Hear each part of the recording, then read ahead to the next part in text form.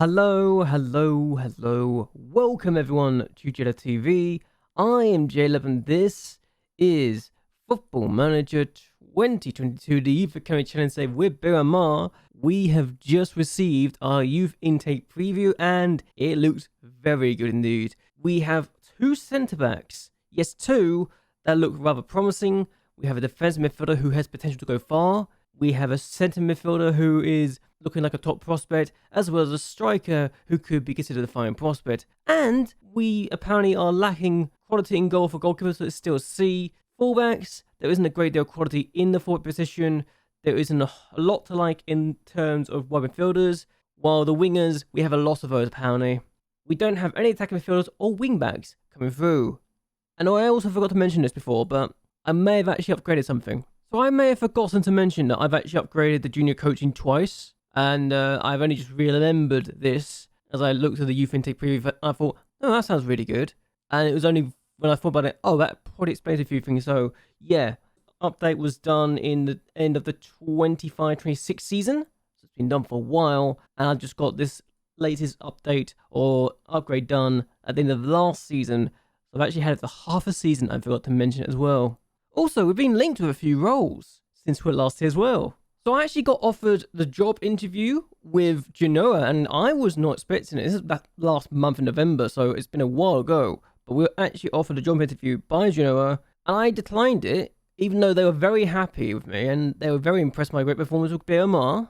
They offered the interview as well, because they were happy with my deep commitment towards high-tempo pressing football. So yes, it was interesting.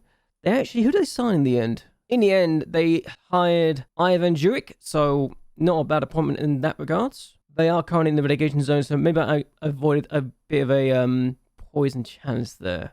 Where are they predicted to finish in Serie A?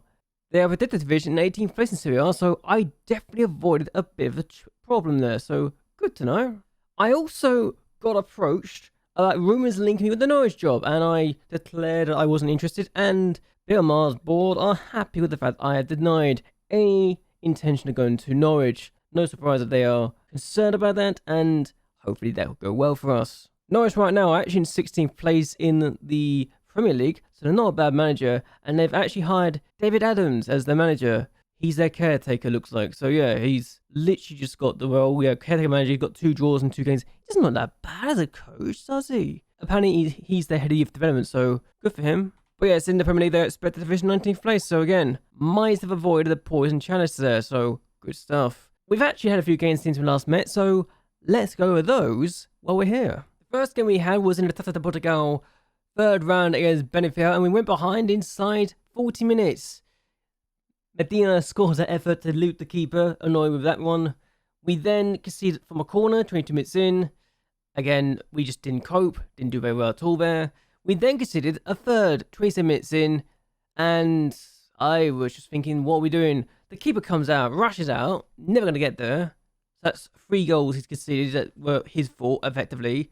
And then 36 minutes in, there's a 4th. And there's nothing they could really do there. I still blame him because, you know, defensively we're all over the place. But 6 minutes in, we do get a goal back. And this is the only consolation I can think of. And Oxford scoring that finish was showing that he's got 3 goals in the cup this year. So good for him. I tried a new formation, didn't work so well. We lost quite comfortably, despite having the same number of shots as Benfica. So yes, disappointing to say the least. They were out of the cup at the 3rd round. We then went to Fazim, and we won. Unbelievably, Pitama scores that effort for his first ever goal. I say we won, we didn't win, but we took the lead, so it felt like a win. We do concede from a corner, 85 minutes in, Vasco Oliveira scores, and yeah, it wasn't great that we conceded late on, but we won effectively because we XG'd them to the absolute core and FM'd them, really. We actually gave a debut to Pereira.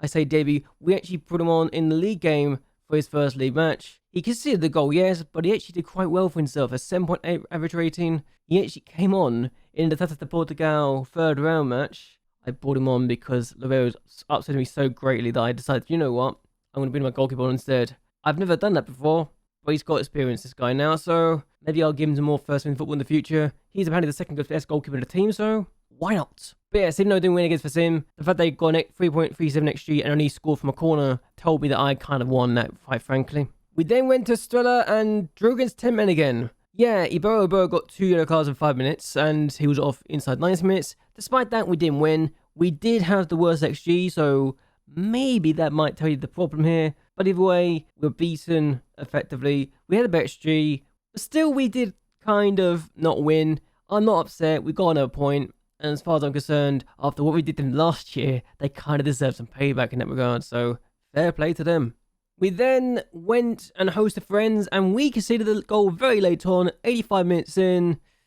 Nothing we can really do, unfortunately. Pereira, it was from our free kick or corner, and they just had that guy break, and it was annoying. They had twice as many shots on goal and on target, but we had the better XG, so maybe I feel a bit hard done by it to have lost there, but there you go. Still, it could have been a lot worse. We then went to Espinho and we drew 0-0. You're seeing the pattern now, aren't you? There's a bit of an issue that's starting to form, and we drew and we were the better team. So maybe we should have won this game. Who knows? We then hosted Luciana Tolosa and we won thanks to that penalty. Sandova scored his first goal in about 15 or 13 hours. To end his goal drought, we got all 3 points. Defensively, we're really good.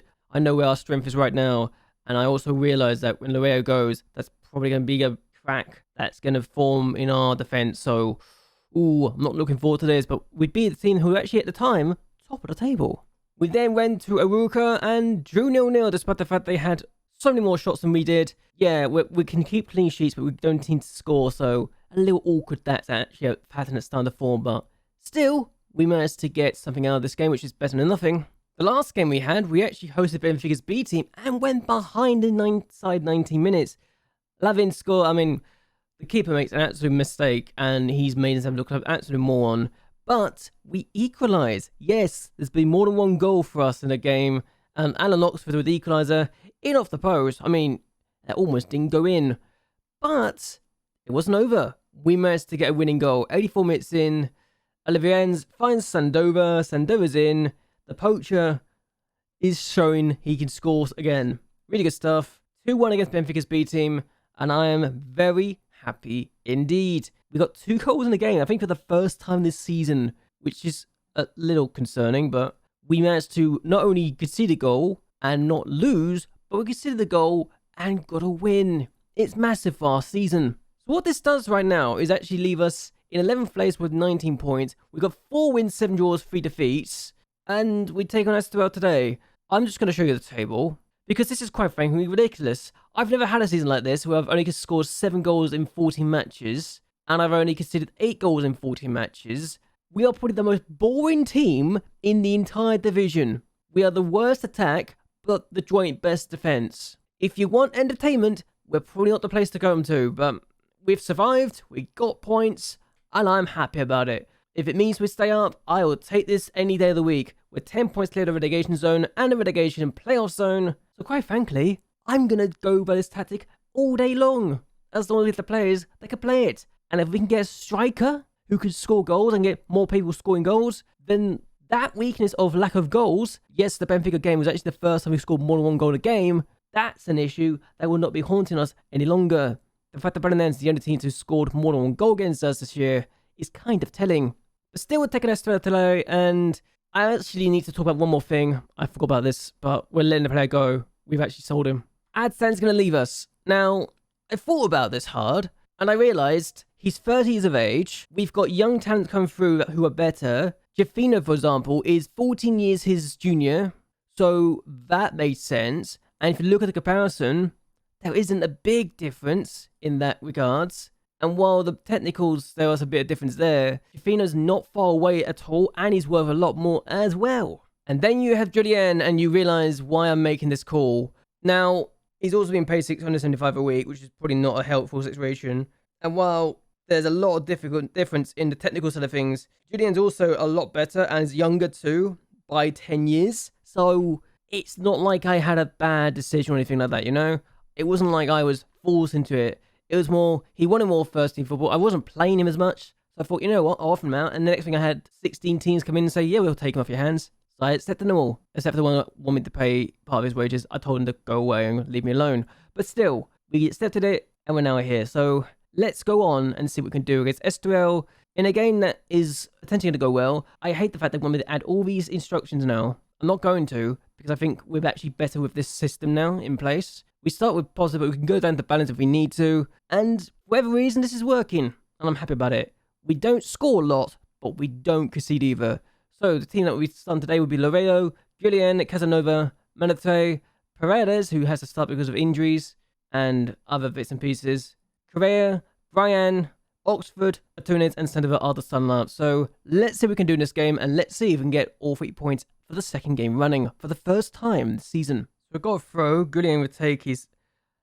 almost found one of our teammates, but we don't deal with this properly. Casanova's made a mistake, and that could be a problem. Is Fatinha can go for goal from there. He has done it wide of the post, but a little concerning that's actually been an effort.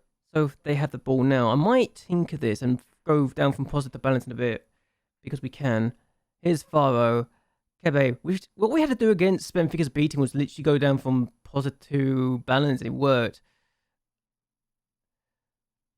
I swear my keeper's an idiot. Every time he's done this now. That's the second time he's considered a goal like that in the last 2 matches. Why is Loreo that kind of moron? Why is he deciding, oh, I'm going to have to come out? He's not got there first. He's been rounded. I'm going to have to drop him if he's not careful. And that's annoying. Ball's gone through and Cavallo gets there first. And that's what our keeper should have done. Get there first. But he didn't because he is an idiot. Bagan finds that Kudia. So I don't think I'd be too upset if we lost, because we already got a good leader with the relegation team. So that's a thing. How has Valerie got through? Oh my god, we conceded the penalty. Why has Perez done that? We don't concede more than 1 goal in a game that often, and now we could be about to concede a second goal in a game for only the second time this season. This has gone well. I was kind of confident, thinking, oh, we're going to do well, we're going to have a good time, but no. The players decide they're going to give up the game. Throw it effectively. I don't want to watch the replay. We've had no shots. They've had 4. And that's just gone against us. What are we doing? What are we doing? You know, I'm going to make a bold switch, and I'm going to change my formation, because I am just annoyed enough that we can do that. I might not do it straight away, though. Think about it. Oh, actually, I could do it straight away, couldn't I? Yeah, Correa could do this. Yeah, why not? Let's do this. It's not the smartest move in the world, but I literally can just swap the formation around and go from there. Apparently, they're weak against this formation as well, so let's give them faith and do something, please. Come on. We got a throw. Brian takes it. It's not being dealt with. I should really get rid of the long throw, shouldn't I? But Barreto on the ball finds Brian.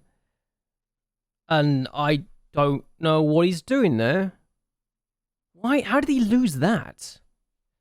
Kebe, I've literally... This is the first time we've seen since we've gone to this formation. It's just not worked.